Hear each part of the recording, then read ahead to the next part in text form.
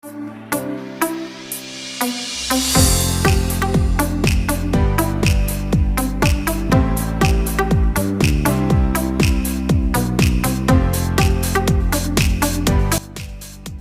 yang akan dibahas yaitu pengertian radiasi elektromagnetik, penerapan gelombang elektromagnetik dalam kehidupan sehari-hari, sifat radiasi elektromagnetik, hubungan panjang gelombang, cepat rambat dan frekuensi, spektrum gelombang elektromagnetik, sumber, manfaat dan bahaya radiasi elektromagnetik. Pengertian radiasi elektromagnetik. Radiasi elektromagnetik merupakan kombinasi antara medan listrik dan medan magnet yang berosilasi dan merambat lewat ruang dan membawa energi dari tempat yang satu ke tempat yang lainnya. Sedangkan gelombang elektromagnetik adalah gelombang yang dihasilkan dari perubahan medan magnet dan medan listrik yang dalam arahnya saling tegak lurus dengan arah perambatannya. Penerapan gelombang elektromagnetik dalam kehidupan sehari-hari ada sinar matahari, radio, televisi, ronsen, air conditioner, dan microwave. Sifat-sifat gelombang elektromagnetik. Yang pertama, tidak memerlukan medium dalam perambatannya.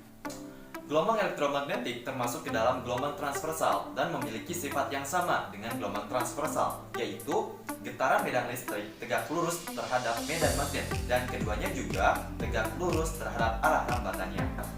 Mengalami fenomena seperti pada gelombang umumnya, yaitu pemantulan, pembiasan, interferensi, difraksi, dan polarisasi. Energi yang dibawa sebanding dengan frekuensi gelombang. Medan listrik selalu tegak lurus terhadap medan magnet dan fase. Gelombang elektromagnetik tidak disimpankan baik oleh medan listrik maupun medan magnet karena tidak memiliki muatan listrik. Seperti halnya cahaya, gelombang elektromagnetik disebut foton atau paket energi. Tidak memiliki massa dan tidak memiliki muatan, namun memiliki energi. Dan inilah hubungan panjang gelombang, cepat rambat, dan frekuensi. Spektrum gelombang elektromagnetik. 1. Gelombang radio. Gelombang radio termasuk ke dalam spektrum yang memiliki panjang gelombang terbesar dan frekuensi terkecil. 2. Gelombang mikro. Gelombang mikro merupakan gelombang elektromagnetik dengan frekuensi sekitar 10⁻10 Hz, sementara panjang gelombangnya sekitar 3 mm. 3. Sinar inframerah. Sinar inframerah mempunyai frekuensi antara 10⁻11 Hz sampai 10⁻14 Hz. Panjang gelombang sinar inframerah lebih besar daripada panjang gelombang sinar tampak. 4. Cahaya tampak. Cahaya tampak mempunyai frekuensi sekitar 10⁻15 Hz, sementara panjang gelombangnya antara 400 nanometer sampai 800 nanometer. Mata manusia sangat peka terhadap radiasi cahaya tersebut, sehingga cahaya tampak sangat membantu penglihatan manusia. 5. Sinar ultraviolet.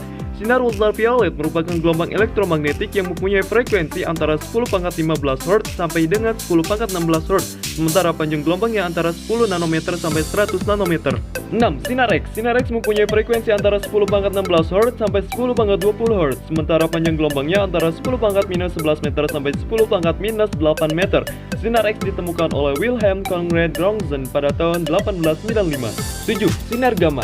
Sinar gamma merupakan gelombang elektromagnetik yang mempunyai frekuensi tertinggi, yaitu antara 10⁻20 Hz sampai 10⁻25 Hz. Sementara panjang gelombangnya berkisar antara 10⁻4 nanometer sampai 0,1 nanometer. Sumber sinar gamma. Sinar gamma dihasilkan dari radioaktivitas nuklir atau atom-atom yang tidak stabil dalam reaksi inti. Adapun manfaat sinar gamma yaitu mendeteksi pipa atau logam yang bocor, sterilisasi alat medis, sterilisasi makanan, membunuh bakteri, terapi tumor bahkan sel kanker, dan pembentukan bibit unggul tanaman. Adapun bahaya sinar gamma yaitu merusak benda pada skala atomik, termasuk bisa merusak satelit dan atmosfer. Pemakaian sinar gamma secara berlebih dapat meningkatkan peluang mengalami kerusakan jaringan manusia, mandul, dan kanker. Sinar gamma juga memicu mutasi genetik. Sumber sinar X. Sinar X dihasilkan dari elektron-elektron yang terletak di bagian dalam kulit atom. Sinar X juga dapat dihasilkan dari elektron dengan kecepatan tinggi yang menumbuk logam. Selanjutnya, manfaat sinar X mendeteksi kerusakan pada mesin-mesin industri tanpa harus membongkar mesinnya dahulu. Digunakan pada Rontgen untuk melihat struktur di dalam badan tanpa harus membedah, sehingga dapat mendeteksi tulang yang patah atau penyumbatan pada pembuluh darah. Menganalisa keaslian suatu karya seni dan menentukan struktur bahan tersebut lewat analisa pola-pola difraksi sinar X. Bahaya sinar X. Perubahan genetik yang berpeluang menjadi lebih rawan terkena kanker, rambut rontok, kulit merah, dan bisul. Penggunaan secara berlebih menyebabkan menurunnya produksi sel darah merah sehingga tubuh mengalami kelebihan sel darah putih.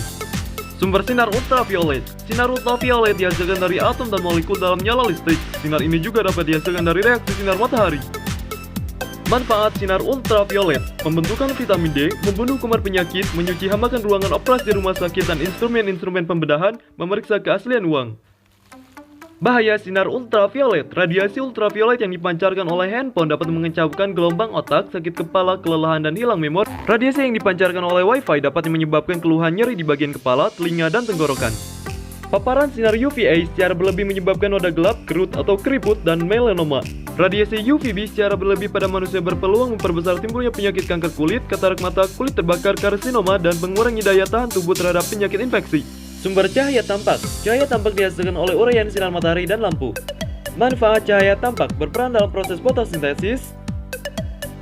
Pada bidang telekomunikasi, sinar laser digunakan untuk menyalurkan suara atau sinyal gambar melalui serat optik.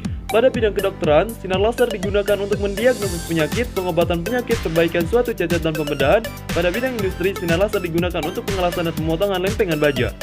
Bahaya cahaya tampak. Sinar tampak atau visible light ternyata memberikan banyak dampak negatif terhadap kulit, antara lain pigmentasi, eritema, penuaan kulit, melasma solar, urtikaria, EPP, mengganggu regenerasi kulit pada malam hari, bahkan kerusakan DNA. Selanjutnya, sumber inframerah. Sinar inframerah dihasilkan oleh getaran-getaran elektron pada suatu atom atau bahan yang dapat memancarkan gelombang elektromagnetik. Selain itu, dapat juga dihasilkan dari sinar matahari, permukaan yang panas, dan lampu LED. Manfaat inframerah digunakan pada kamera CCTV untuk bisa melihat pada kegelapan, digunakan pada penginderaan jarak jauh untuk mengamati tempat yang gelap atau berkabut, contohnya pada waktu perang atau ketika membuat peta dari pemantauan satelit. Untuk terapi menghangatkan kulit akibat nyeri karena ketegangan otot, untuk mengeringkan darah dengan cepat, untuk fotografi pementahan sumber daya alam dan mendeteksi tanaman yang tumbuh di bumi dengan detail, untuk remote control dan berbagai peralatan elektronik lainnya. Bahaya inframerah, menyebabkan kerusakan pada retina, menyebabkan kanker kulit, menyebabkan penuaan dini. Sumber gelombang mikro dan radio. Gelombang mikro dihasilkan oleh matahari, tabung diode, dan magnetron, sedangkan gelombang radio dihasilkan oleh elektron pada kawat penghantar yang menimbulkan arus bolak-balik pada kawat. Manfaat gelombang mikro dan radio. Gelombang mikro dapat digunakan untuk memasak atau memanaskan makanan dengan cepat. Gelombang mikro dapat digunakan untuk komunikasi berbarengan dengan gelombang radio. Efek pantul dari gelombang radio digunakan pada sistem radar untuk mendeteksi suatu objek, mengukur jarak, dan membuat peta untuk jalur kapal laut dan pesawat terbang. Bahaya gelombang mikro. Pemakaian gelombang mikro yang melebihi batas toleransi dapat menyebabkan gangguan pada sel tubuh. Radiasi gelombang mikro dapat menimbulkan efek stres pada saraf otak. Mengonsumsi makanan yang diolah atau dipanaskan dalam microwave dalam jangka waktu lama dapat menyebabkan penurunan jumlah hemoglobin. Bahaya gelombang radio. Paparan radiasi gelombang radio dapat meningkatkan risiko terjadinya kanker.